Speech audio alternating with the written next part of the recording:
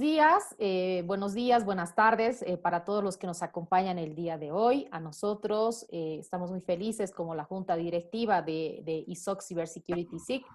En este día, justamente dentro de lo que son los eventos del Global Cyber Forum, ¿no? Contar con la presencia de 3 destacados profesionales en el ámbito de la protección de datos personales. Tenemos perfiles de abogados, pero también perfil técnico. Tenemos la presencia de Victoria Beckman, quien se encuentra viviendo en Estados Unidos, Lucía Fernández desde México y Diego Fernández desde Argentina. Ellos nos van a hablar acerca de las filtraciones de datos en América Latina y de las violaciones de los datos. Pero permítanme agradecer justamente antes de iniciar y darles también unas directrices a los invitados, a los ponentes.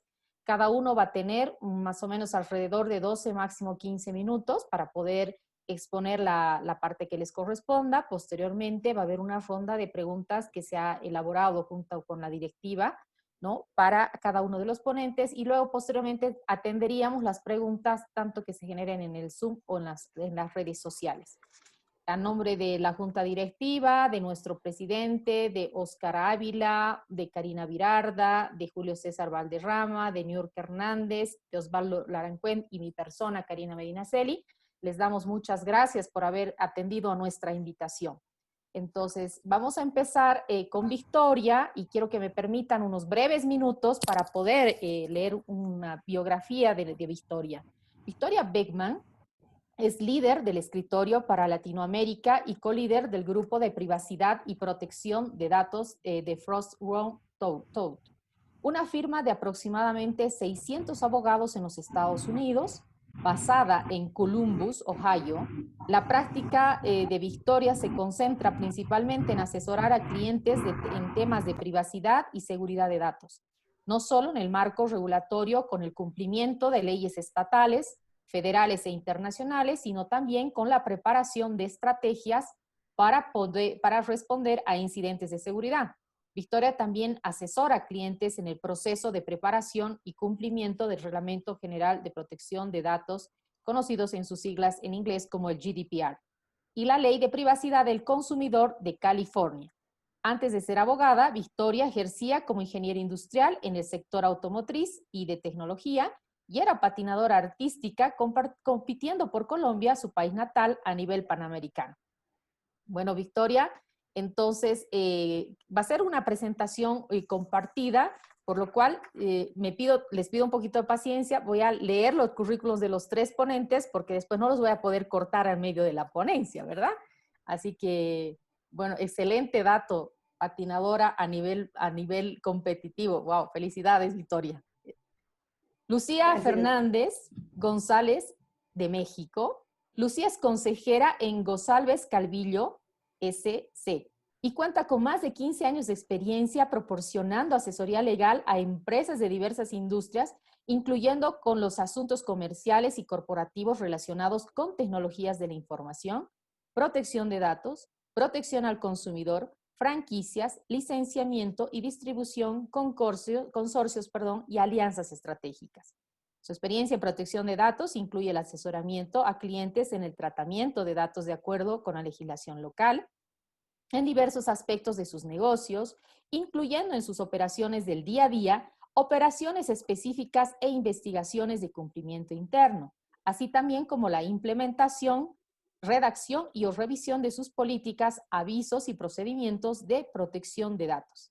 También asesora a clientes con la revisión e implementación y aceptación desde la perspectiva legal de sus procedimientos de marketing digital, sitios web de comercio electrónico, servicios de OTT y otros productos y servicios basados en la web.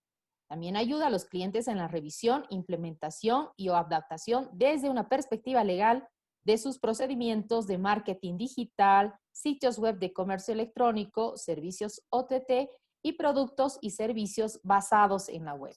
Entonces, concluida la bio de Lucía, también agradecemos su presencia. Y finalmente tenemos a nuestro representante de Argentina, Diego Fernández.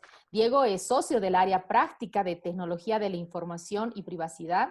Es un experto en tecnología con 16 años de experiencia en una amplia variedad de asuntos. incluyendo privacidad y protección de datos personales, privacy compliance, privacidad en el marco de las investigaciones, ciberseguridad y derecho penal en relación con la tecnología.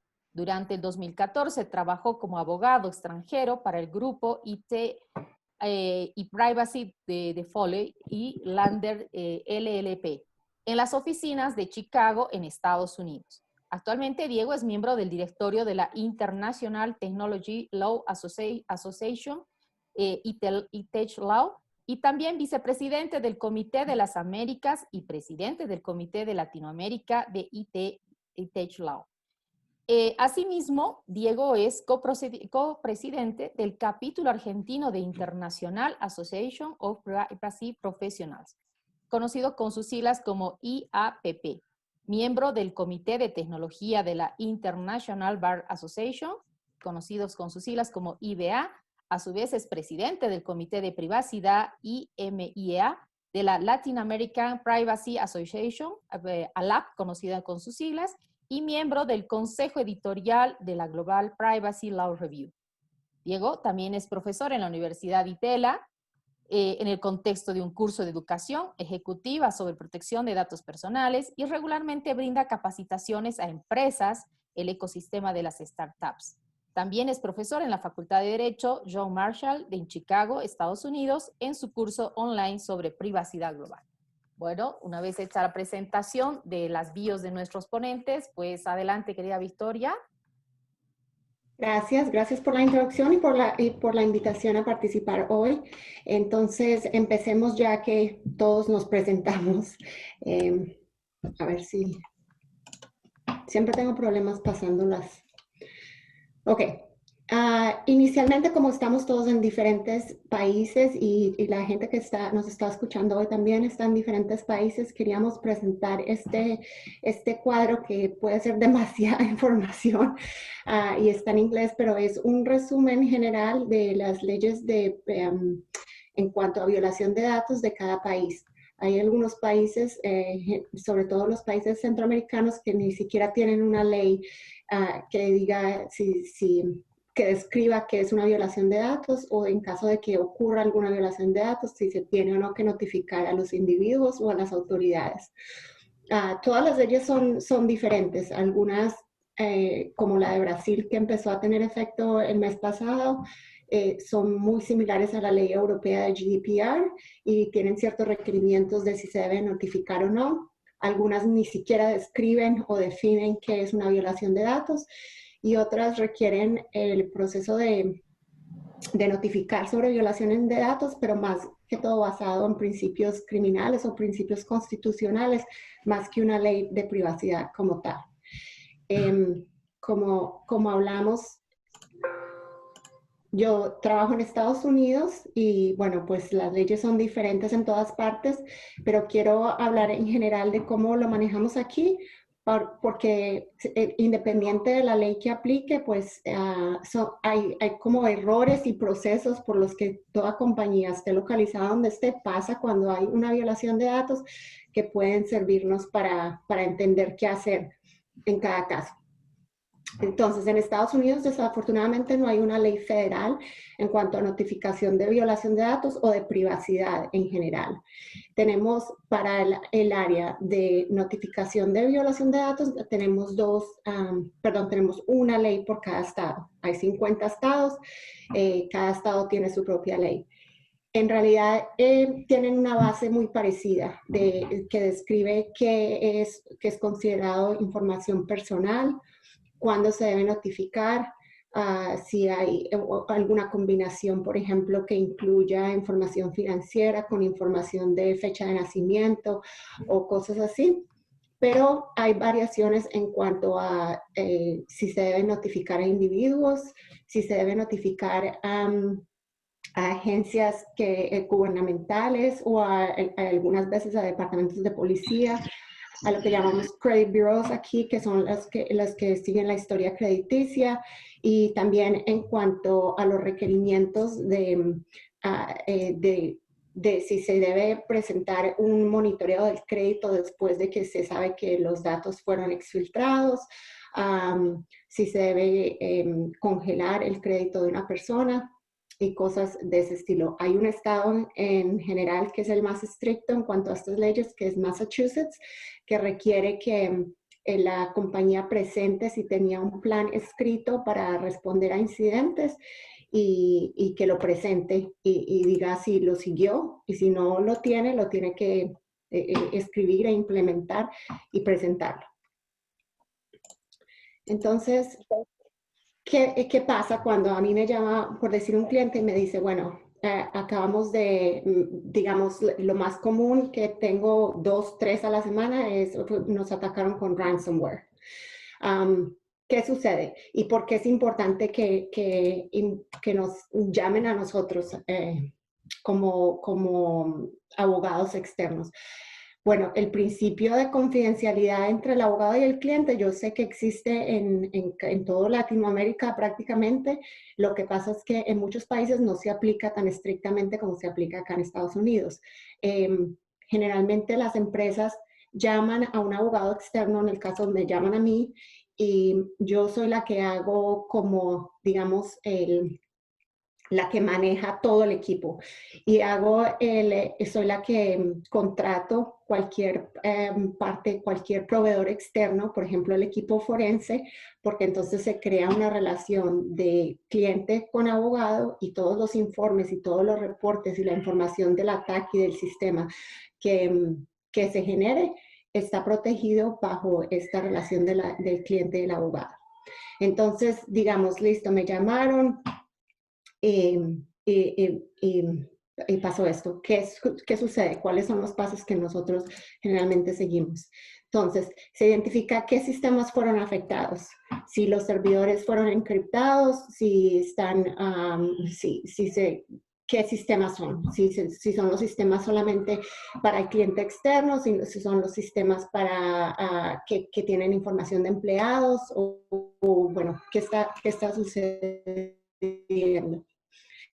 ¿Qué tipo de datos se han visto afectados? Esto es muy importante porque si es, por ejemplo, un ataque que hace que la compañía no pueda trabajar porque encriptaron los servidores, es muy diferente que si el hackeo, por ejemplo, fue a un servidor que tiene información de clientes, información de identificación, de direcciones, cosas así, o datos sensibles, por ejemplo, de salud de los empleados o de salarios o impuestos. Entonces, ¿qué tipo de datos se han afectado para ver cómo reaccionar? Evaluar el riesgo. La mayoría de las leyes acá en Estados Unidos y la mayoría de las leyes en general están basadas en la posibilidad de riesgo a los individuos. Entonces, digamos, si se descubrió que hubo información que fue compartida o que fue extraída del sistema, bueno, ¿cuál es el riesgo de que más adelante esta información se vaya a vender en la dark web o de que se vaya a usar para problemas de identidad o para robarle la identidad a alguien? ¿Cuál es el riesgo basado en ese análisis? Entonces, en muchas ocasiones se decide, y también en la cantidad de récords y la cantidad de individuos, si se tiene que notificar o no. Y determinar el tipo de incidente, que como ya decía, es el resultado de phishing, a veces es el resultado de un error a nivel interno, simplemente algo que no se quería, a veces es interno, pero es algo planeado. Entonces, ¿qué tipo de incidente estamos hablando? ¿Cuál es como hasta dónde se llegó? Si se están bloqueando, si se extrajo la información o no. El segundo paso que generalmente evaluamos, y tengo que decir que generalmente se trabaja en un equipo, que es el equipo de respuesta a incidentes, que incluye no solo a mí, sino la parte legal de la compañía, el presidente o alguien a nivel ejecutivo, muchas veces mercadeo o relaciones públicas para ver qué mensaje se da y cómo se contiene el mensaje. Entonces es un equipo multidisciplinario. Bueno, en cuanto a esto, obviamente, si todavía los sistemas están comprometidos, hay que limitar esa fuga de datos y hay que hacer lo que se pueda para aislar o separar los sistemas que estén comprometidos. Muchas veces, aunque no es recomendable, significa desconectar todo, inclusive a nivel físico, desconectar todos los sistemas. No es recomendable porque obviamente hay una pérdida de datos y hay una pérdida de evidencia de qué pasó y cuál fue la actividad anterior. A veces para cuestiones legales hay que proveer evidencia de que no hubo ninguna violación de datos, en que no se grabó o no se imprimió, y tener esta evidencia o evidencia de que no pasó es importante. Y determinar las vulnerabilidades de otros sistemas. Muchas veces el ataque apenas empezó o se comprometieron ciertos sistemas, pero otros están funcionando. Entonces, igual que con limitar la fuga de datos, mirar si se pueden segmentar o separar estos sistemas para que no se riegue por todo el sistema. El tercer paso es colección de datos y documentación. Es muy importante para procesos no solo del equipo interno de tecnología, saber toda la actividad y todo lo que pasó, pero también por cuestiones legales y de cumplimiento a la autoridad, algunas veces financiera o si es algo de salud, tener toda la documentación de qué pasó y qué pasos se han tomado. Acá en Estados Unidos, por ejemplo, hay algunas leyes que requieren que si hay una violación de datos, se mantenga esa información por 5 años sobre qué proceso se siguió y si se tomó la decisión de que no había riesgo, cómo se tomó esa decisión y en qué se basó. Entonces, toda esa información hay que tenerla. Y hay información sobre datos afectados igual. No es lo mismo si afecta, por ejemplo, información de, no sé, de eventos que la compañía va a hacer, que la información del pago a todos los empleados. Luego se ejecuta el plan de respuesta, sí se tiene. La mayoría, hay muchas compañías que no tienen como tal un plan de respuesta por escrito que diga, bueno, primero hacemos esto, este es el equipo de respuesta de incidentes, esto es cómo lo vamos a manejar. Y así lo tengan, muchas veces cuando hay una violación de datos, pues es el caos total, la gente culpándose uno a otro. Entonces es difícil a veces ejecutar este plan de respuesta en orden y que de verdad sea. También muchas veces no está planeado o no han ensayado el plan de respuesta y el plan de respuesta aplica más, por decir, a un ataque de ransomware que a un ataque de, no sé, una transferencia fraudulenta de dinero, por ejemplo. Aquí, como les indicaba, si se llega a la conclusión de que hay que reportar porque hubo, por decir, los datos de 1000 personas que fueron comprometidos o porque es requerido por el departamento, por cuestiones financieras, entonces hay que mirar a quién se notifica, cuándo y cómo. Hay requerimientos de qué tiene que tener, por ejemplo, si se manda una carta a los individuos afectados, qué exactamente tiene que tener esa carta, describir el incidente, describir cuándo pasó, qué medidas se tomaron y qué se puede hacer en el futuro. Muchos estados, por ejemplo, requieren que se inmediatamente se ponga a disposición de los consumidores una línea gratis como un 800 de servicio al consumidor que esté operando para responder preguntas. Y obviamente mirar qué lecciones se aprendieron. Y muchas veces es cuestión de que la parte técnica, el software o hardware, incluso la parte física falló. Muchas veces es que no se tenía un plan, no se había practicado. Bueno, ¿qué pasó? Y en eso mismo están los errores más comunes que se ve, que siempre... Uno es respuesta reactiva o no planificada. Lo que pasa mucho es que, por decir, hubo una fuga de datos, el presidente de la compañía dice, bueno, tenemos que hacer algo, tenemos que responder, y ahí mismo, por decir, emiten una comunicado de prensa o mandan un email a todos los empleados diciendo, bueno, pasó una fuga de datos y esto, y entonces hay consecuencias no solo en cuanto a reputación, pero hay consecuencias legales a veces si se dice, por decir, ¿qué ha pasado? Que dicen, bueno, fue un ataque y no se comprometieron nada en los números de seguro social. Y a los 2 días tienen que decir, no, perdón, ya miramos bien y sí hay 1,000 personas.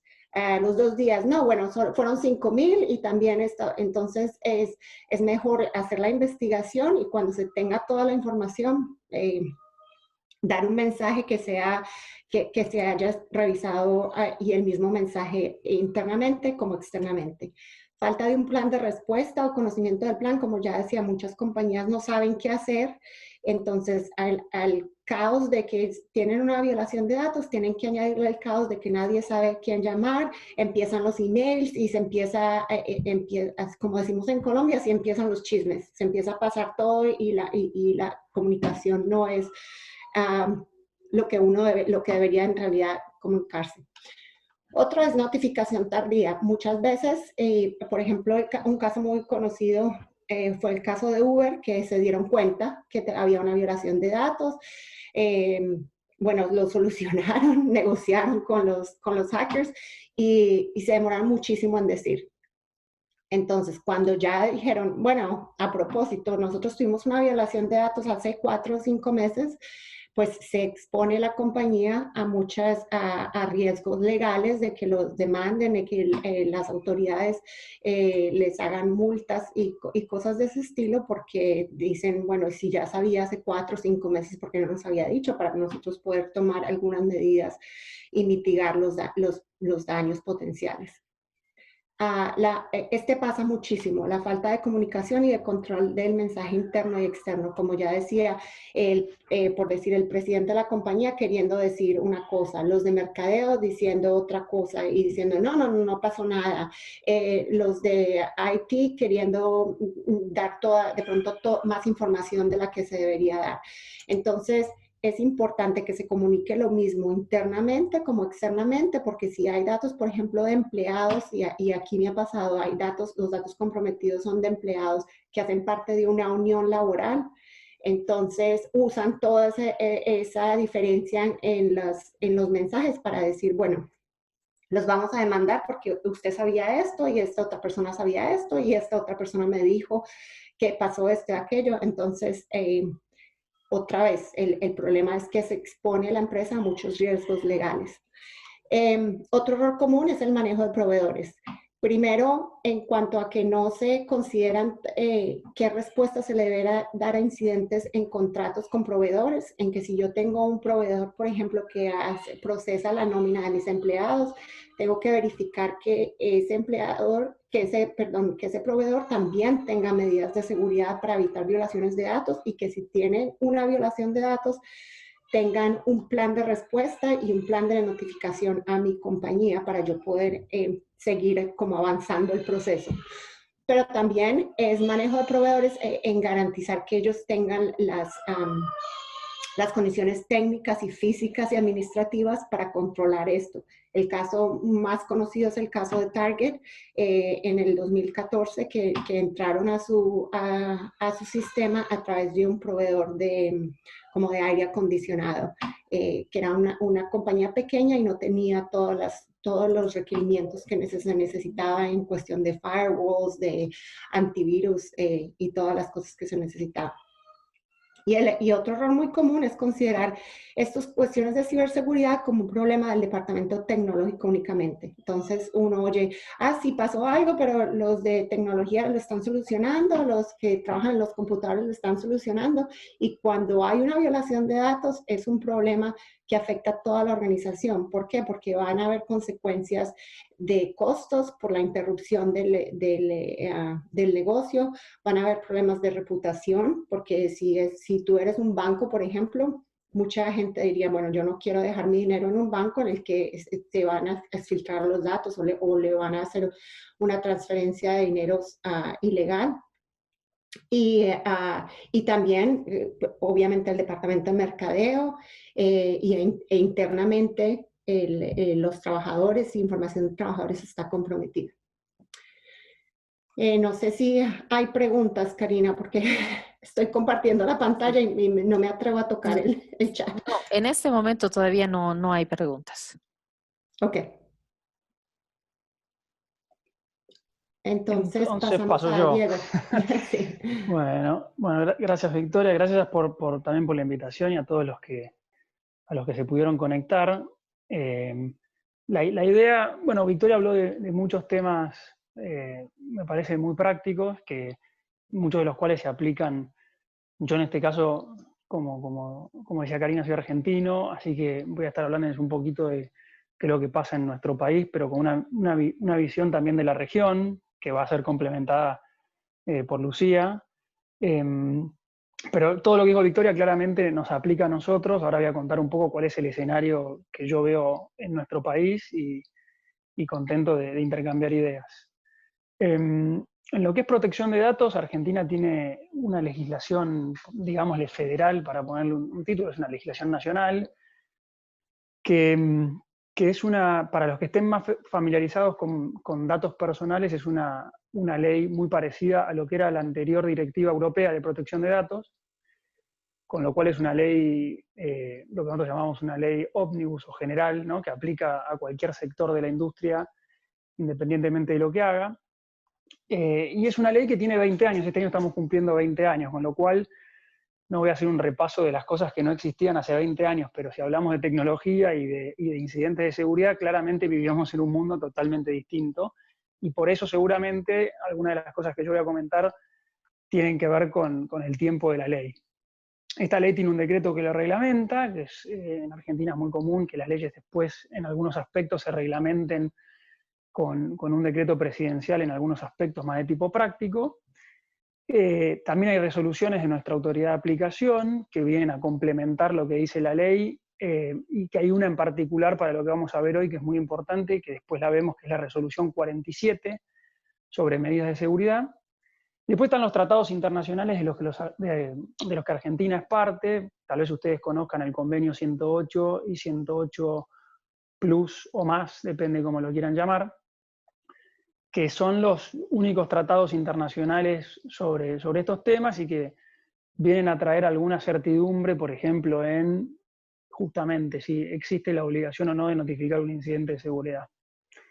Después tenemos una autoridad de control que desde hace un tiempo es una autoridad mucho más autónoma y autárquica, si se quiere, de la que teníamos antes, que estaba dentro del Ministerio de Justicia y dependía del Poder Ejecutivo. Ahora tenemos un órgano autárquico que en lo que es el enforcement de la protección de los datos y lo que son los incidentes de seguridad y demás, yo diría que tiene un rol moderado. No es extremadamente activo como podríamos ver en, no sé, por ejemplo, comparándolo en la región con Colombia, pero lleva adelante algunos procedimientos, algunos son programados, buscan algunas industrias en particular, y después tenemos algunos procedimientos más espontáneos de acuerdo a lo que va pasando en el mercado.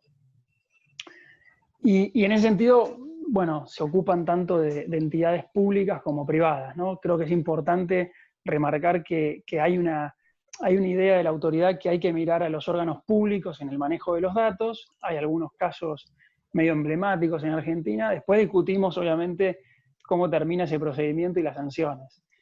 Y lo que es sanciones y penas, que, digamos, Victoria hablaba de los Estados Unidos, donde hay multas a veces bastante altas de lo que es el FTC, por ejemplo, o ahora con esta legislación en California. Yo lo dividiría en lo que es específicamente sanciones administrativas, que son de la autoridad de control. Tenemos varios tipos de sanciones, pero las que nos importan tal vez acá hoy, que son las de cuánto va a dolernos el bolsillo en plata, ¿no? Hoy por hoy llegan a un máximo de 100.000 pesos, que son algo así como $1.200. Si se dan muchas en algunos procedimientos que se repiten en el tiempo, se puede elevar ese monto, pero en general ese es el máximo que tenemos hoy en nuestra ley. Dejo a cada uno el criterio de interpretación de si eso es disuasorio o no para cometer una infracción. Después tenemos las acciones de daños y perjuicios, que cada uno como titular de un dato puede... No, todavía estoy en el anterior, Victoria, perdón. Que cada uno puede iniciar, o pueden haber acciones colectivas. Y una tercera una tercera pata que yo pondría ahí son las sanciones penales, porque, por ejemplo, el acceso indebido a sistemas informáticos es un delito en Argentina, y ahí se abren dos vertientes: el acceso sin autorización o el acceso excediendo la autorización que se tiene, que muchas veces acá se da ese ejemplo, ¿no? Empleados que tienen autorización para ingresar a los sistemas, pero excediendo la autorización que tienen, ingresan a lugares donde no deberían haber entrado, toman información y se la llevan. O sea que en ese escenario también, para quien está metido en un pongamos un nombre genérico para hackeo, si quieren, o en un incidente, hay sanciones. Ahora sí, pasando al próximo slide, en lo que es la regulación específica de los incidentes en datos personales, nuestra ley no tiene una definición de qué es un incidente de seguridad, muy parecido a lo que hay en la región en general. Tenemos una obligación general, si se quiere, que está en nuestro artículo 9, que dice que el data controller, ¿no? El que controla, el que procesa los datos personales, tiene la obligación de tener medidas técnicas, así dice, medidas técnicas y organizativas para asegurar la confidencialidad y seguridad de los datos personales. Y eso es muy amplio, obviamente cada uno, dependiendo del tipo de dato y del tipo de procesamiento, deberá ver cuál es la mejor medida técnica y organizativa en cada caso. Pero la verdad es que hoy por hoy, como está nuestra ley, yendo a la ley específica, no hay una obligación en la ley de notificar un incidente de seguridad. Sí hay una interpretación, porque ahí entra, y ahí hay un error de tipeo, les pido perdón, no es resolución 9 del 2018, es resolución 47, le erramos por varios números, resolución 47 de 2008, son medidas de seguridad recomendadas. Y ahí lo que hizo la autoridad de aplicación vino a traer lo que llamamos el principio de accountability o de responsabilidad demostrada. Cada data controller, cada persona que trata datos tiene que tomar la medida que crea que es mejor en el caso para proteger esos datos. Y entre las recomendaciones que trae esta resolución está la de notificar el incidente de seguridad a la autoridad de aplicación y de tomar medidas, como un poco explicaba Victoria, medidas para prevenir que ese incidente se vuelva o ese incidente vuelva a ocurrir. Y ayer justo tuvimos una charla en la que participó el director de la agencia de control, y él nos decía que su interpretación es que si nosotros miramos el artículo 9 de la ley de hace 20 años y lo traemos al 2020, lo que nos dice la resolución es una medida técnica organizativa necesaria hoy para cuidar los datos es notificar los incidentes de seguridad y tomar todos los pasos que sean necesarios para que no vuelva a ocurrir. Porque hay una discusión en Argentina sobre si una resolución de medidas recomendadas puede traer una obligación de notificar un incidente. Si la ley no lo tiene, una resolución no debería poder incorporarlo. Bueno, esta es la interpretación que hay. Apoyado también, ahí yo puse el Código Civil y Comercial en Argentina, tiene una obligación de prevenir el daño. O sea, todos nosotros tenemos una obligación en el día a día, no para datos, en general, de que si estamos en una posición donde podemos prevenir que ocurra un daño, debemos tomar una acción en ese sentido. Y entonces el data controller claramente, si haciendo un análisis, como decía Victoria, de que se puede producir un daño justificado, digamos, o pensado de un daño que sea tal que una de las medidas que podamos tomar para prevenirlo, sea notificarlo tanto al titular del dato como a la agencia de control, bueno, hay una obligación fuera de lo que es la normativa propia de datos personales que así lo requiere. Y después las regulaciones sectoriales, porque digamos, no se agota el tema en la protección del dato en los regímenes propios de protección de datos. Hay regulaciones, digamos, yo traje un ejemplo que es el bancario. El Banco Central de la República Argentina sacó una comunicación B donde, no refiriéndose específicamente a datos personales, sino diciendo, si ustedes tienen un incidente de seguridad que afecta la posibilidad de proveer el servicio que ustedes proveen como bancos, me lo tienen que notificar. Entonces, los bancos, además de tener la resolución de medidas de seguridad recomendadas y tener, por ejemplo, el Código Civil y Comercial, además tiene una regulación propia de su regulador que les dice, si ustedes tienen un incidente, por ejemplo, el home banking del banco A o el banco B va a estar indisponible por X cantidad de tiempo, ustedes nos tienen que notificar a nosotros como regulador ese hecho. que me parece que es muy importante. Y sobre esto quería agregar dos cosas. Una era, lo decía Victoria, y lo decía Julio Valderrama en el chat, hay que trabajar con un consultor externo, porque nosotros somos abogados, algunos sabremos más o menos de la parte técnica, porque la profesión nos ha hecho que en algunos casos tengamos que ir metiéndonos más en estos temas, pero siempre hay un consultor técnico que tenemos que trabajar y nos tiene que ayudar a entender algunos temas muy técnicos para saber qué hacer. Y uno esencial de esos temas que me pasó a mí muchas veces es no tocar nada, decirle al cliente que no toque hasta que el consultor que sabe realmente diga, apaguen la computadora, apaguen el servidor, toquen acá, toquen allá, porque mucha evidencia de lo que nos puede ayudar después, ya sea para encontrar al culpable o para exonerarnos nosotros como compañía, por ejemplo, de un incidente, va a estar críticamente ahí. Si nosotros apagamos algunas computadoras, hay una memoria especial, la memoria RAM, que es de corto plazo, ROM, que se va a borrar y tal vez allí teníamos información muy valiosa. Entonces, de nuevo, trabajemos con los que saben en los temas técnicos. Y obviamente, como también decía Victoria, el equipo del cliente, ¿no? El equipo o de la compañía. Hay un equipo multidisciplinario dentro de la compañía que va a tener que trabajar en estos escenarios y con quienes vamos a tener que interactuar para ver cómo avanzamos. En el siguiente slide, lo único que les quería mostrar, para no llevarme más tiempo, ahí está el ejemplo de la pantalla. La parte superior es parte de la resolución 47, que después pueden mirarlas tranquilos, y en la derecha está justamente, ¿no?, esta invitación a elaborar un informe sobre el incidente de seguridad y notificárselo a la autoridad de aplicación, y abajo en la pantalla está la comunicación del Banco Central que dice hay que notificar el incidente. Ya en el próximo slide, les cuento que había un proyecto de ley en Argentina para reformar la actual ley, que les dije que tiene 20 años.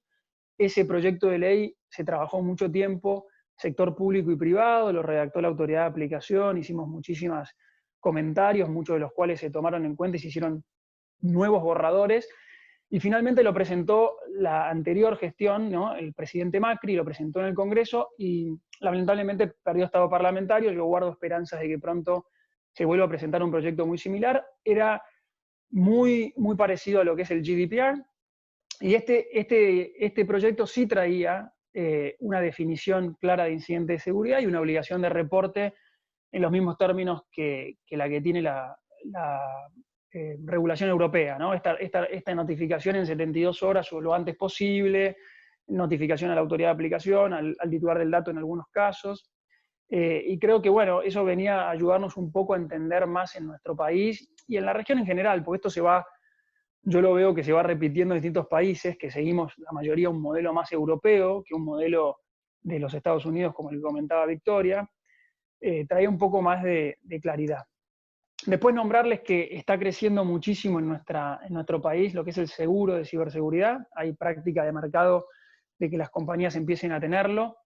Creo que es muy importante tener un seguro hoy en un mundo en el que, como dicen muchos de los que saben, el incidente de seguridad van a sufrirlo la mayoría, solo falta saber cuándo, ¿no? Uno toma medidas de seguridad, pero la verdad que si hay un grupo que se pone a intentar atacar un blanco en particular, tiene grandes chances usando ingeniería social o entrando por los empleados de una compañía, de tener algún tipo de éxito. Para ir cerrando un poco, el próximo slide habla un poco de la mirada regional, ¿no? Los estándares internacionales. Primero, los estándares internacionales. Creo que vamos hacia un mundo en el que vamos a tener estándares más claros, por ejemplo, en lo que es Internet de las cosas, ¿no? IoT, deberíamos ir hacia estándares seguros o mínimos de seguridad de los productos. Los productos deberían venir de fábrica con estándares mínimos, así como existen un montón de estándares IRAM y demás para otros productos eléctricos, por ejemplo, en los que tengan conectividad a Internet deberían tener estándares que nos permitan tener un mínimo de seguridad en las comunicaciones. Bueno, creo que para ahí vamos, hay ya estándares en algunos países que podríamos ayudar. Después lo regional. Argentina está dentro de América, y creo que en América, y sobre todo en la América habla hispana, hay que colaborar mucho más entre nosotros. Está el Mercosur, para algunos países acá abajo, donde estamos nosotros, que es muy importante, y veo que empiezan a trabajar de forma conjunta, que creo que es muy valioso. El mapeo de infraestructuras críticas, todos los países deberían, Argentina está en ese camino, mapear sus infraestructuras críticas. Digamos, tenemos que saber cuáles son las infraestructuras críticas en un país. Muchos son servicios públicos, imagínense los servicios de control del tráfico aéreo, las represas hidroeléctricas, las represas o los generadores de energía, como tenemos acá, que creo que son vitales, lo que maneja el tránsito en la calle. Y hace poquito en Argentina hubo un hackeo a lo que es migraciones, que afectó muchísima cantidad de datos. Sabemos que Migraciones notificó ese incidente a la autoridad de aplicación y que están en un proceso de investigación. Creo que es una buena práctica que todos empiecen a tener una cultura de notificar estos incidentes cada vez más. En el siguiente slide lo que le quería compartir era que una buena forma está en inglés, le pido perdón, pero está la frase en inglés, una buena forma de cuidarnos de estos incidentes, como dice ahí, es, en primer lugar, no tener la información. O sea, usar lo que se conoce como una minimización del dato. Cuanto menos datos tengamos frente a un incidente de seguridad, menos riesgo habrá para las personas, porque su dato no va a estar comprometido. Y eso nos lleva también a lo que es la política de retención del dato. Los datos tienen que retenerse en la medida en que sean necesarios y tienen que eliminarse cuando dejan de ser necesarios. Eso nos va a traer menos dolores de cabeza, porque cuando dejan de ser necesarios desaparecen de esa plataforma y restan la posibilidad de que haya un incidente. Y por último, en el último slide, yo creo que Latinoamérica no escapa a esta realidad. Arriba pueden ver a nuestro amigo contando las moneditas previo a un incidente de seguridad, diciéndole a su compañía que necesita fondos para poder tomar buenas medidas, y después, ¿no?, el día después del incidente de seguridad, donde todos se ponen preocupados, la compañía se ve afectada, empiezan a llover. Es una caricaturización, digamos, no creo que llueva así, pero empiezan a haber más fondos porque la gente empieza a entender la importancia. Lo ideal sería combinar esto, no tener que contar monedas en el día cero, y tampoco que llueva dinero después, tomar las medidas que Victoria iba contando para que esto mejore. Hasta acá llega lo mío, quedo para el final, así tiene tiempo Lucía si hubiese alguna pregunta o comentario. Muchas gracias, Diego. Gracias por la invitación y gracias a todos por entrar al webinar. Yo voy a hablar, como menciona el slide, de México. Como antecedente, en México, el derecho a la privacidad y a la protección de datos, ambos están protegidos por la Constitución. En el 2007 y en el 2009 se hicieron las reformas correspondientes para que en el 2010 ya se emitiera la Ley Federal de Protección de Datos Personales en posesión de particulares. También es una ley ómnibus, también estaba basada en la directiva que estaba vigente en ese momento, que fue antes del GDPR, pero con suficientes bemoles o diferencias que luego sí vemos complicaciones en cuanto a cómo adaptar inclusive lo que estaba en la directiva o lo que está ahorita GDPR a México. Posteriormente se emitió el reglamento, que fue en el 2011, y en el 2013 se emiten los lineamientos del aviso de privacidad. Hay más legislación o normativa secundaria sobre el tema, pero no se refiere a temas particulares, por ejemplo, notificaciones o de seguridad que tienen que tener los particulares. También somos miembros de la Convención 108 y 108 Plus. Fue en el 2008 cuando México se adhirió a la convención. Y es muy importante en México decir o especificarle a la gente que en México hay dos leyes principales que regulan la protección de datos personales a nivel federal. Está la de los particulares, que se emitió en el 2010, y también está la de los sujetos obligados, que es aplicable al sector público. Esa se emitió en el 2017.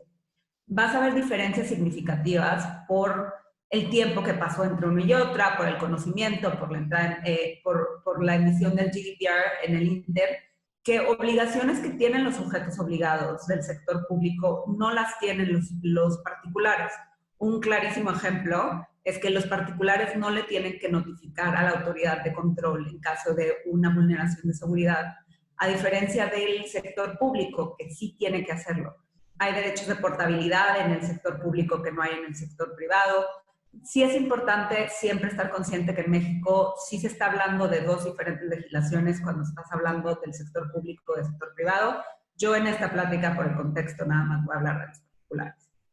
¿Quién es la autoridad del control? Es el Instituto Nacional de Transparencia, Acceso a la Información y Protección de Datos Personales. Como dice su propio nombre, no nada más ve temas de datos personales, ve temas también de transparencia y es muy activo también en temas de transparencia. Yo creo que es más activo en temas de transparencia que en temas de protección de datos personales. Y como todo el mundo lo conoce en México, es el INAI. Antes se llamaba el IFAI. Pues si escuchan alguna vez, el IFAI es lo que luego se volvió el INAI.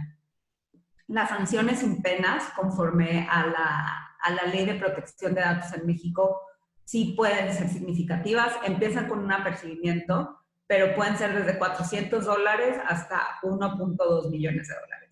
La ley le da mucha facultad y le da mucha discreción a las autoridades para poder cuantificar este tipo de sanciones. Entonces, a veces es difícil poder decirle a nuestros clientes cómo cuantificar este tipo de sanciones. Depende de la capacidad económica, del tipo de dato que fue afectado, de la actitud también del responsable ante la vulneración y cómo actuó ante cualquier titular referente a esa violación.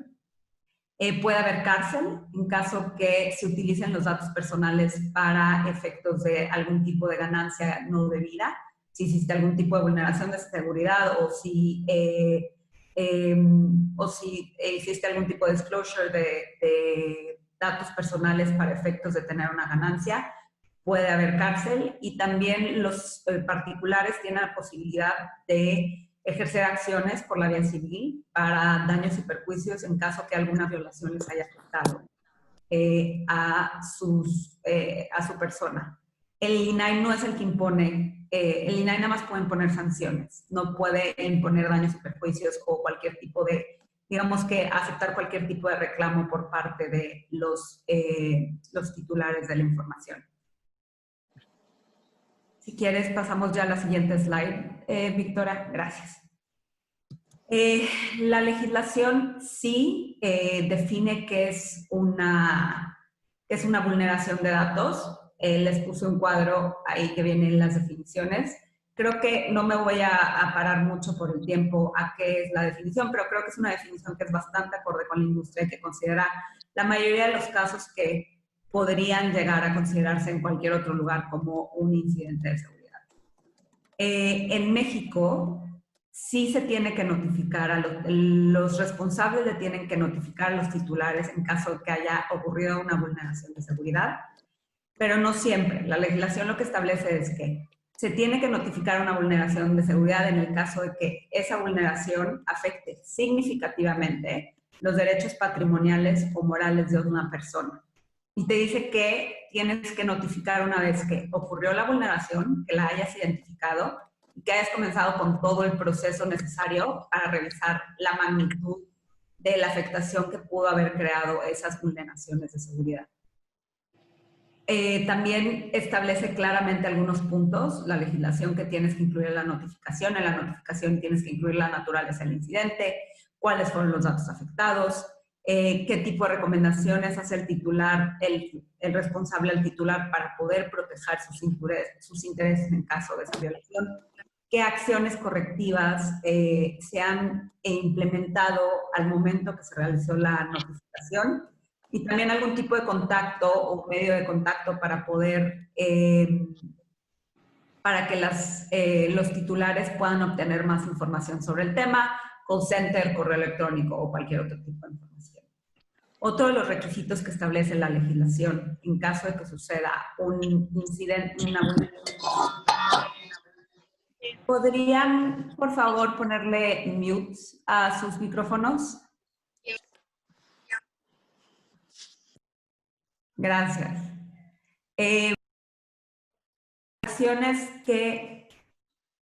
Las acciones que debes de realizar después de un incidente, lo que te dice la legislación muy claramente es que ya que sucedió el incidente, vas a tener que analizar cuáles fueron las razones, de dónde vienen y qué fue lo que sucedió, y posteriormente vas a tener que implementar las medidas, ya sean correctivas, preventivas o de mejora continua necesarias para que no vuelva a pasar ese incidente.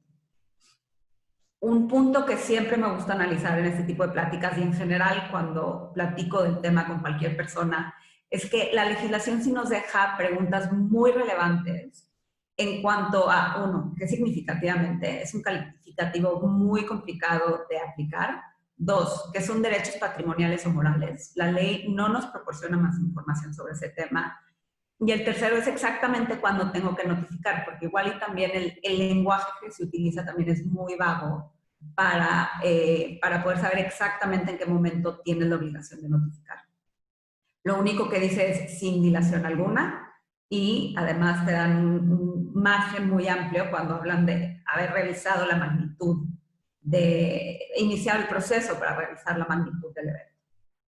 El INAI, si quieres pasamos a la siguiente slide. Gracias. El INAI ya sacó recomendaciones sobre el tema. Las recomendaciones se refieren a los incidentes de seguridad en general. Esas recomendaciones no son obligatorias para las partes, pero lo que dice la legislación es que si sigues las recomendaciones del INAI sobre el tema de las recomendaciones de vulneraciones de seguridad, el INAI la puede considerar para una atenuación de las sanciones en caso de que tengas una vulneración de seguridad. Entonces, definitivamente es un documento que vale la pena leer y que vale la pena implementar dentro de tu propia organización para poder tratar de mitigar en la mayor medida posible o poder solicitar al INAI que considere que estás cumpliendo con sus resoluciones en caso de que tengas una vulneración de seguridad. ¿Qué dicen las recomendaciones del INAI? Primero, definen qué son derechos patrimoniales o morales. Como les platiqué hace unos momentos, la legislación en el sector público está mucho más avanzada que la del sector privado.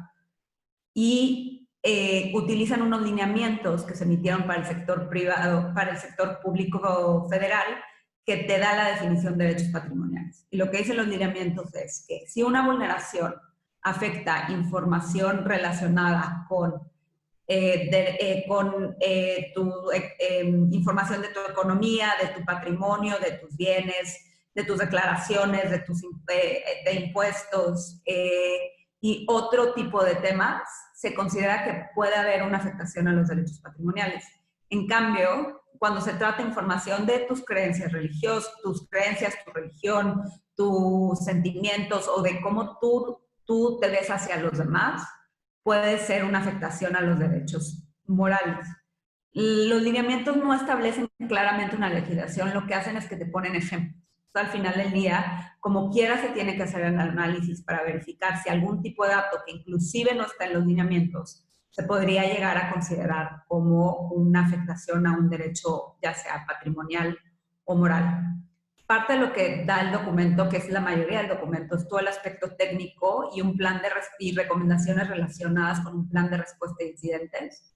No me voy a meter mucho a eso porque está muy apegado a lo que Victoria ya nos explicó desde un punto de vista técnico, que son las recomendaciones que se tienen que hacer, y creo que son recomendaciones que en general están muy alineadas a la industria, pero se basan en tener una etapa de preparación, una etapa de identificación, contención, mitigación, recuperación y mejora continua. Parte de la información importante que nos dan estas recomendaciones del INAI es que ya nos dicen que la notificación se tiene que hacer entre el periodo de contención y el periodo de mitigación dentro de todo tu plan, tu procedimiento de respuesta ante un incidente. Entonces ya tienes mejor idea de en qué momento ya tendrías que hacerle una notificación a los titulares en caso de que sea necesaria conforme a la legislación. Y otras de las recomendaciones que incluyen te dicen claramente que el que tiene que hacer la notificación es el responsable. Te dicen que las notificaciones de preferencia se tienen que hacer de manera directa, que quiere decir por teléfono, por correo electrónico o inclusive personalmente, y que si es un caso muy urgente deberías intentar más de un medio para poder contactar a los titulares. Si esto no es posible, si una notificación directa no es posible o si vas a afectar a los titulares en el momento de confirmarles o hacerles saber que hubo un incidente de seguridad, en ese caso te permiten hacerlo de manera indirecta, por ejemplo, una notificación generada a través de tu página de internet o otra manera que no sea un contacto directo con el titular que resultó afectado por la vulneración de seguridad.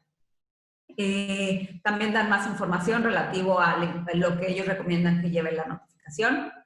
y te dicen que tiene que estar detallado el incidente, que tiene que decir claramente las acciones que estás llevando a cabo y te planeas llevar.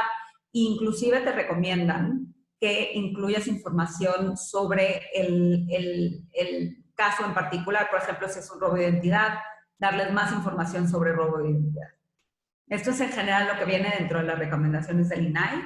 Y ya nada más para concluir todo el tema de legislativo, sí considero importante, cuando vienen mis clientes, la primera conversación es si necesitamos revisar y saber claramente qué tipo de información fue la afectada y poder hacer un análisis, uno, para ver qué es significativo, si fue significativo, que ahí sí complica mucho las cosas y afecta a veces las ganas o la posibilidad de las empresas de notificar, porque al final del día la palabra significativamente es fuerte y muchas veces con eso deciden no hacer una notificación, aunque sí haya habido una vulneración de seguridad.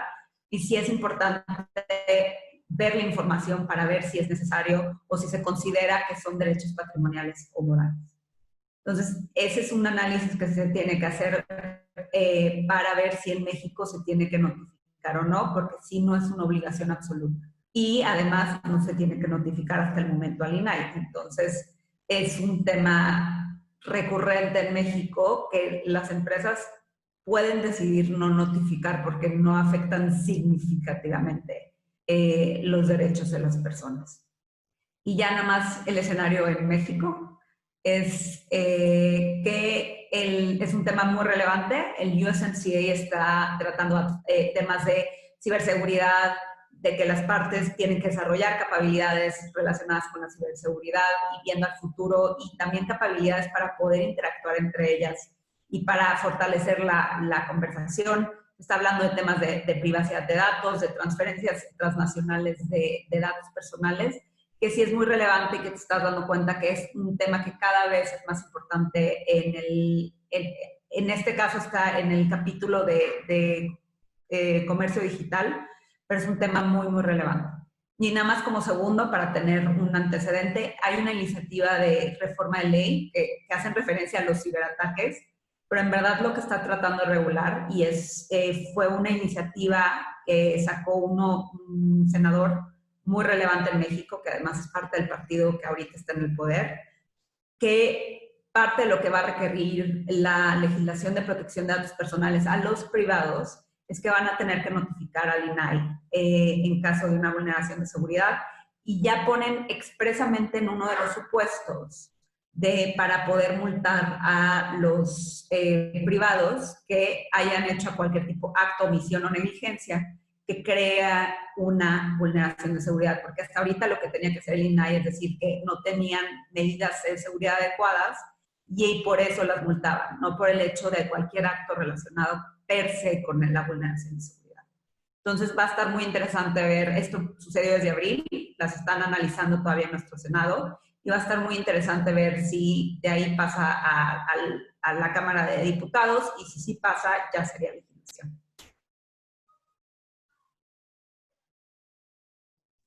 Y por mi parte ya sería todo. Ya podemos pasar si quieren, a las preguntas y respuestas. Muchas gracias, Lucía. Justamente ahora vamos a pasar, después de haber tenido casi todo un panorama desde Estados Unidos, pasando por México y también por Argentina, ahora vamos a pasar a hacer unas preguntas. No sé si se pueden habilitar sus cámaras los tres, por favor, Victoria y también Diego, para que estén. Bueno, una pregunta para Victoria es, ¿cuáles son los errores más comunes que se cometen en las organizaciones cuando están respondiendo a una violación de datos? Creo que ya la respondí con la presentación. Teníamos la presentación de más o menos 8 o 10 errores que son comunes. Bueno, entonces la siguiente, si me permites. ¿Cómo interactúan las diferentes áreas de una organización, por ejemplo, recursos humanos, mercadeo, finanzas, para responder a una violación de datos? Bueno, como expliqué, el equipo bueno, si se tiene documentado el equipo de respuesta a incidentes, generalmente tiene que envolver a varias áreas de la organización. Lo que pasa muchas veces es, por decir, un ataque de ransomware y como te digo, el equipo de mercadeo quiere asegurarse de decir algo rápido, de comunicarlo rápido, de pronto de cambiar las palabras y decir que fue solamente un incidente, o algunas veces, por decir en inglés, la definición de data breach como tal es una definición legal a la que no se puede, o sea, si tú desde el principio estás diciendo que tuviste un data breach como tal, a lo mejor no es, a lo mejor es un incidente que no requiere todos los requerimientos que una violación de datos se requieren. Entonces es importante que todos estos departamentos dentro de la organización trabajen juntos para poder decir, bueno, esta es la información que vamos a darle al público, la vamos a dar tal día, la vamos a poner en nuestra página de internet o no, que el equipo de los ejecutivos estén de acuerdo, a quién le corresponde dar ese mensaje, si se va a hacer a través del departamento legal, que el departamento legal trabaje también para evitar, por ejemplo, una demanda más adelante, y obviamente la parte técnica, si es una empresa de manufactura o algo así, pues hay que manejar la parte de sistemas de información con la parte de interrupciones a los procesos como tal, de producción o de servicios de la compañía. Ok, muchas gracias, Victoria. Hacemos una pregunta, por favor, para Diego Fernández, por parte de la Junta Directiva. Era si existe una cultura en Argentina de notificar los incidentes de seguridad, ¿no? ¿Qué piensa sobre ella la autoridad de control? Bueno, es una buena pregunta. La verdad que la cultura creo que de a poquito va pasando de no notificar a entender los beneficios de la notificación. Creo que en el mundo en general todavía hay una idea de que notificar un incidente es malo. Malo en el sentido de que muestra al público, al mundo, que fui negligente en algo y por eso sufrí el incidente. Y la verdad, creo que de a poco, con las decisiones que se van viendo en el mundo, notificar no quiere decir recibir una sanción. Hay infinidad de casos, y el que sigue los casos europeos, yo sigo mucho los de España, por ejemplo, hay mucho incidente de seguridad que se notifican y no reciben una sanción porque se lo considera un actuar diligente. Y si me permitís, Karina, juntando eso con una pregunta, así Sí, matamos dos pájaros de un tiro. sí, exacto. Si me Pero, permites, te la leo, por favor, para que la puedas responder. Es la que está pero en el chat. sí, Sí, pero sí. hay varias. Yo decía la de Ujú. Jonathan. Perfecto, exacto, esa, la de Jonathan. Dice Sí, justamente, Diego, una consulta en base a tu experiencia, al no ser una obligación real y una penalización baja en Argentina, ¿cuál consideras que es el camino para generar motivación a las empresas y principalmente a los organismos públicos, como por ejemplo una fuerza de aplicación de la ley? Gracias, es sí. excelente esa exposición. Este es un tema porque las penas son bajas y es la realidad.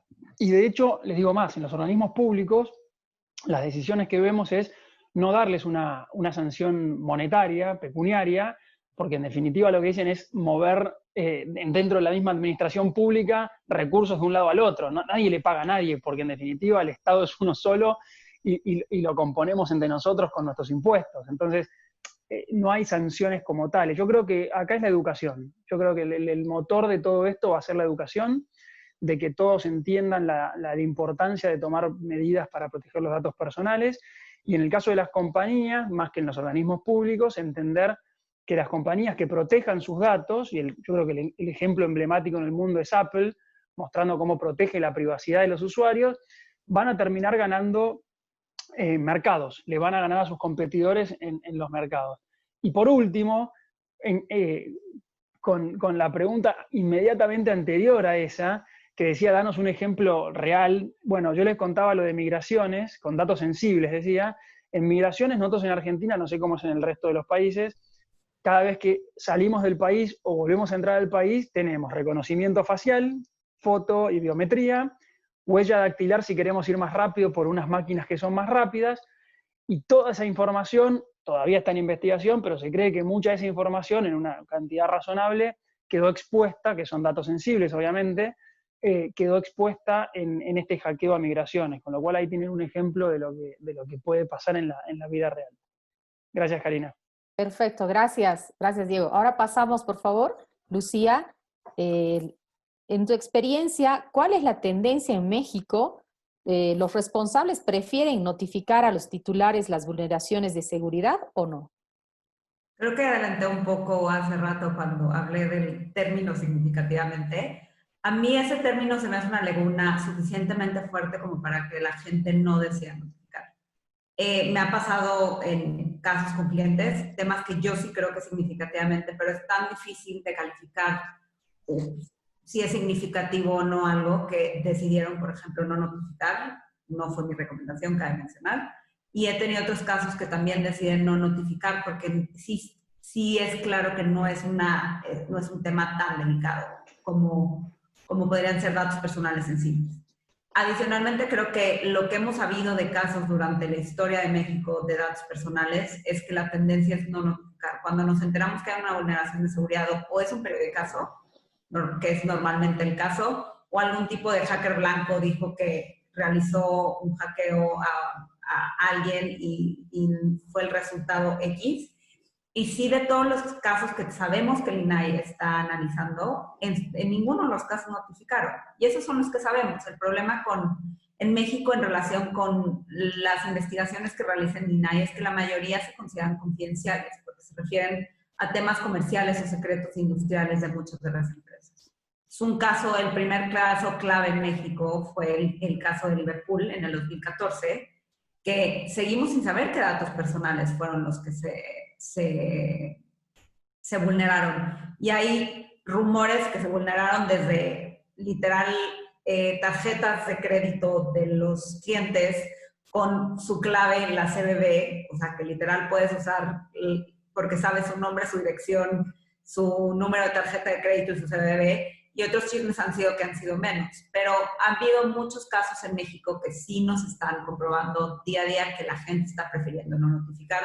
Y en mi opinión es que la ley te permite, o sea, te da pie al decir que tienes que calificarlo como significativamente, porque al final del día el INAI tendría que comprobar que es una afectación significativa y es algo muy, muy subjetivo.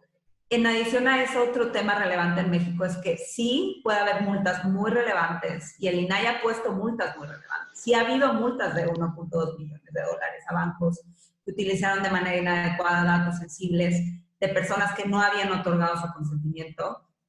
Pero al final del día, la ley tiene algunos vicios que hace difícil para el INAI poder cobrar esas multas.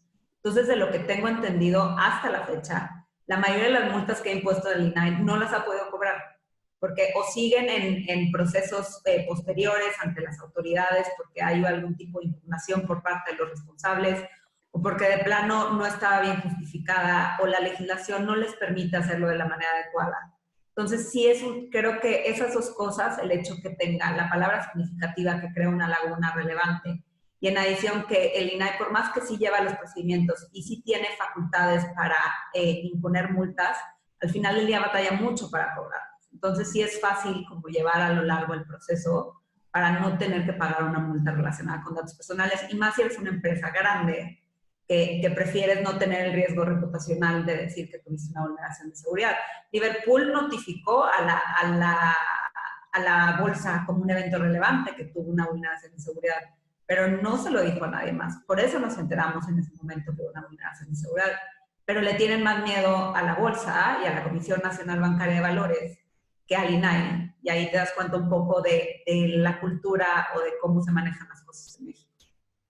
Ok, Lucía. Bueno, mencionaste este caso justamente del banco. No sé si tienes también para atender esta pregunta, ¿qué otros casos emblemáticos podrían compartir en donde se vulneraron datos personales sensibles por cada ponente, ¿no? Justamente Diego ya mencionó.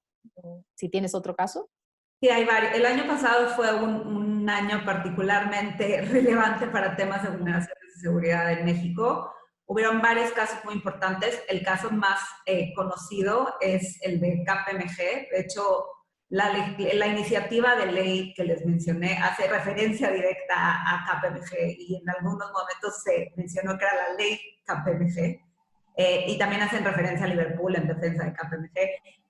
Fue una cantidad de datos impresionante. Fueron 5 millones de datos los que se fueron vulnerados y eran de empleados de clientes de KPMG. Una vez más, todo esto es información pública. No hay nada de información que haya dado directamente el INAI. Otro caso que sonó muchísimo y fue un caso que se llama, una empresa que se llama Jova Health.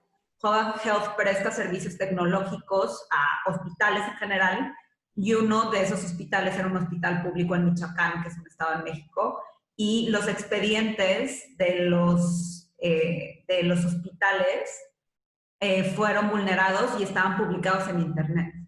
Entonces estás hablando de expedientes médicos, de enfermedades de las personas, de tratamientos que les estaban dando a las personas, estaban disponibles en Internet. Otro caso que sonó muchísimo fue cultura colectiva. Fueron también muchísimos datos relacionados con Facebook, y la razón también por la cual fue tan mediático es que Facebook estaba involucrado. Entonces también fue un caso muy sonado el año pasado, y además Pemex tuvo una vulneración de seguridad el año pasado. El INE, indirectamente, el INE es el Instituto Nacional Electoral en México, también de manera indirecta tuvo una vulneración de seguridad. Entonces, muy probablemente en algún lugar del mundo esté una copia de mi IFE con mi dirección, mi cara, mi edad y toda la información que implica un patrón electoral. Entonces, sí ha habido muchos casos. México es el 9º lugar en ciberataques de todo el mundo. Somos de los que más tenemos ciberataques también en Latinoamérica. Entonces, sin duda alguna es un tema muy, muy relevante el hecho de que no necesariamente se tenga que notificar este tipo de cosas. Gracias, Lucía. Me gustaría, Victoria, que puedas justamente contestar, al igual que los otros ponentes, si tienes conocimiento de casos emblemáticos que podrían compartir, ¿no? O sea, bueno, desafortunadamente aquí hay un caso emblemático casi que diario. Ataques a hospitales pasan todos los días, ataques a cortes, por ejemplo, ahora que todo se está haciendo virtualmente. Tuvimos varios ataques a inmigración también, al sistema que toma las fotos y toma las huellas dactilares cuando la persona está entrando. Y un caso, digámoslo así, emblemático que a lo mejor tocó no solo Estados Unidos, sino en todo el mundo, es, por ejemplo, la aplicación MyFitnessPal, que tiene información de la gente, de información de peso, de medidas de estatura, información de salud, del ritmo cardíaco, bueno, toda la información de lo que la persona come, etcétera, etcétera, y ellos sufrieron un hackeo que comprometió también cerca de 500 millones de récords a nivel mundial, que obviamente todos son datos personales, son sensibles y que no se pueden cambiar. Yo no puedo hacer nada si alguien robó mi identidad, o sea, tiene información sobre mí, no solo mis medidas, pero mi información biológica. Complicado. Bueno, estaba relacionado con esto que también los tres o podrían complementar antes de pasar a otra pregunta. Era, ¿cuál es el tratamiento, Álvaro Cava, a todos, dice, ¿no? ¿Cuál es el tratamiento que se da a los datos de información personal en el ámbito de medicina? Vale decir, ¿qué regulaciones tiene sobre hospitales y clínicas sobre la información personal que manejan sus pacientes? Tal vez podemos empezar en el mismo orden. Bueno, ya estabas comentando justamente, Victoria, para complementar Diego y Lucía. Bueno, acá en Estados Unidos a nivel de salud hay una ley federal, es de las poquitas leyes federales que hay, que se implementó a principios de los 90, que se llama HIPAA, Health Insurance Portability and Accountability Act. Más o menos lo gracioso de esta es que no se implementó ni siquiera por principio de seguridad de la información médica, sino inicialmente cuando las historias clínicas pasaron a ser más electrónicas, por razones de seguro de salud. Hicieron esto para que fuera más fácil pasarse la historia médica y para recibir los pagos. Después fue enmendada con algo que se llama High Trust, y en realidad, y después se le fueron añadiendo diferentes reglas de privacidad, reglas de ciberseguridad, que explican cómo se tienen que guardar los datos, cómo se tienen que procesar, quién puede tener acceso a información de salud, a información de pagos de salud, y cómo se hace a nivel federal. Algunos estados tienen leyes que son parecidas, pero en realidad sí tienen que tener el mismo nivel de requerimientos, porque si son un nivel menor de requerimientos, entonces se anulan para que la ley federal entre, y si tienen requerimientos más estrictos que la ley federal, entonces esos se aplican a nivel estatal. Y no sé si están pendientes de las noticias de acá, pero por ejemplo, esta ley HIPAA fue citada por el abogado del presidente, ahora que le dieron el diagnóstico de que tenía el virus corona. Cuando le preguntaron qué tratamiento se le había hecho, él citó esta ley de privacidad diciendo que no podía decir qué tratamiento se le ha hecho porque es información de salud personal que no puede ser compartida. Bueno, ahora sí, si está en lo cierto o no, eso ya es debate para otro día.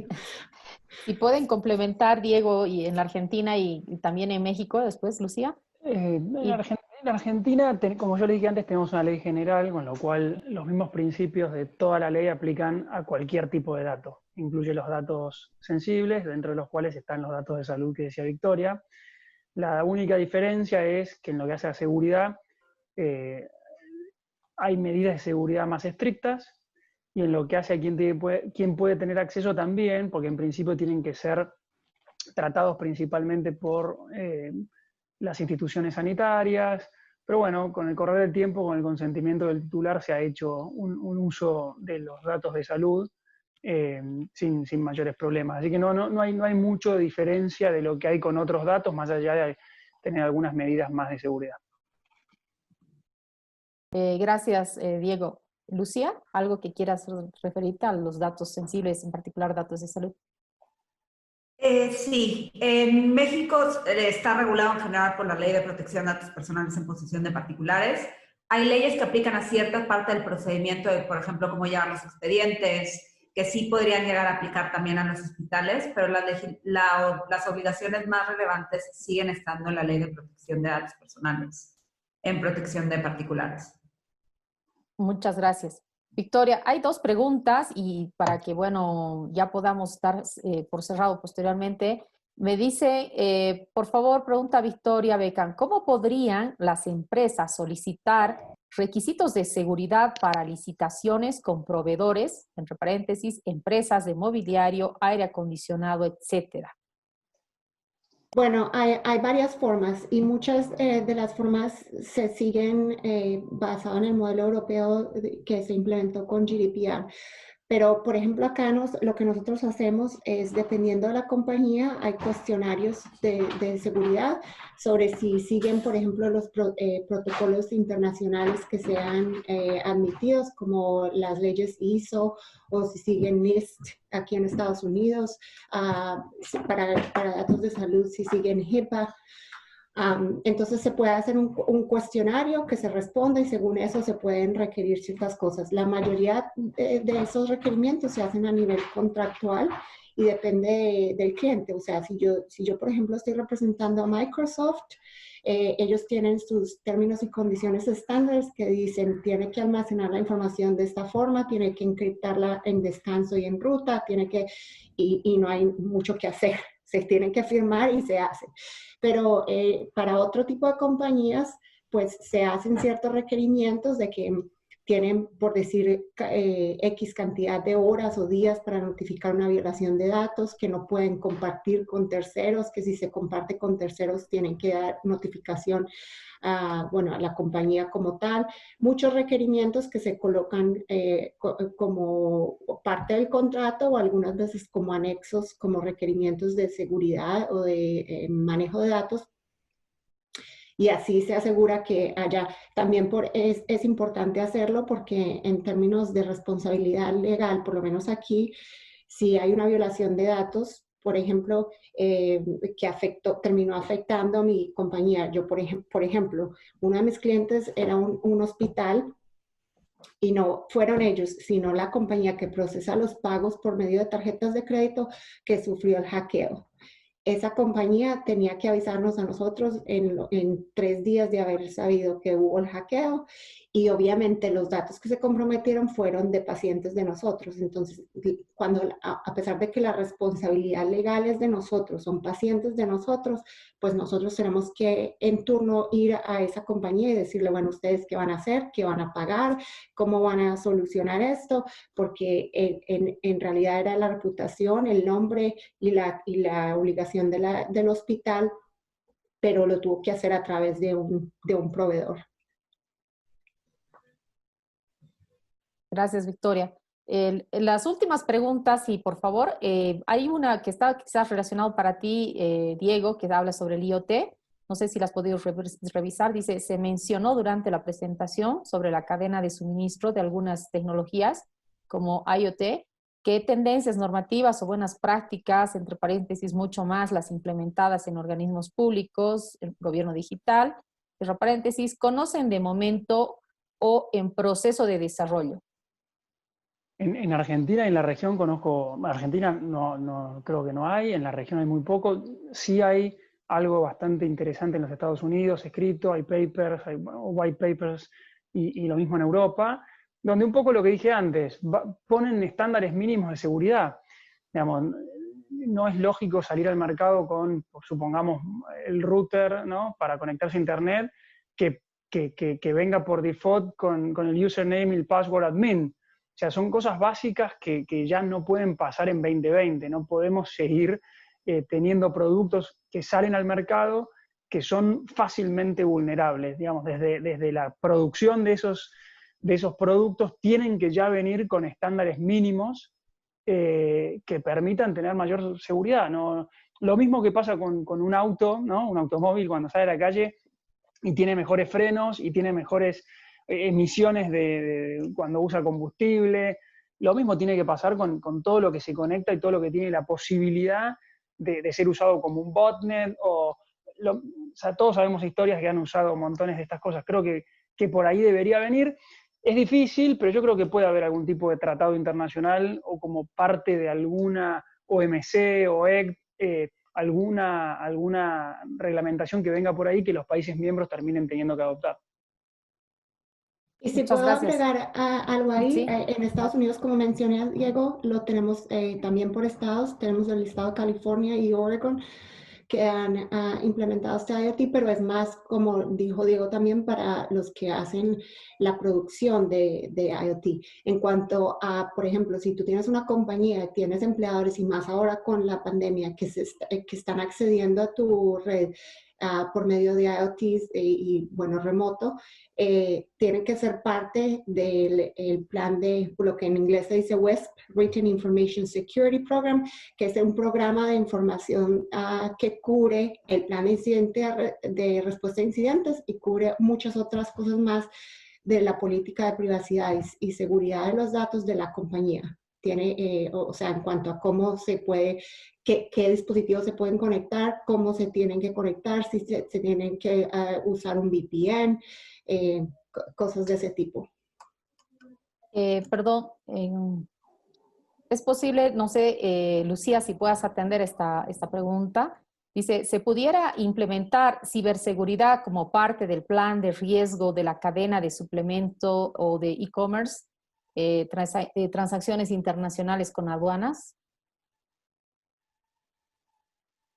¿Es para exporting desde USA? Uh-huh. ¿Es esa pregunta? Sí, ¿se pudiera implementar ciberseguridad como parte del plan de riesgo de la cadena de suplemento, dice, o de e-commerce, transacciones internacionales con aduanas? Está como en Está España. muy específica la pregunta. Sí. Y tendría que investigar sobre el tema porque si no les estaría diciendo una mentira. Claro.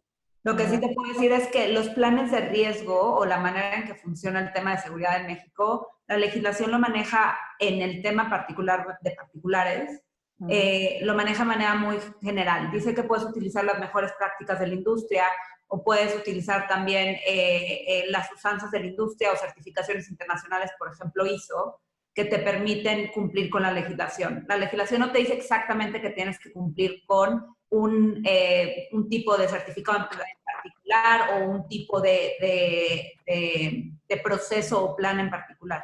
Entonces sí te da esa como facultad la legislación de poderlo hacerlo de diferente manera. Y nada más como un dato, todo el tema de seguridad de la información de la legislación está basado en la ISO 27001.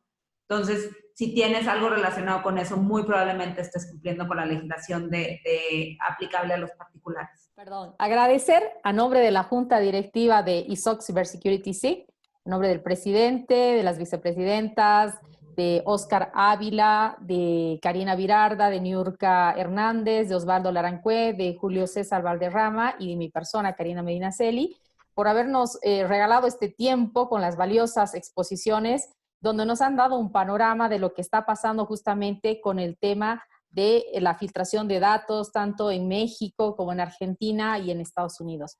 Muchas gracias y bueno, ya damos por finalizado el evento. Gracias.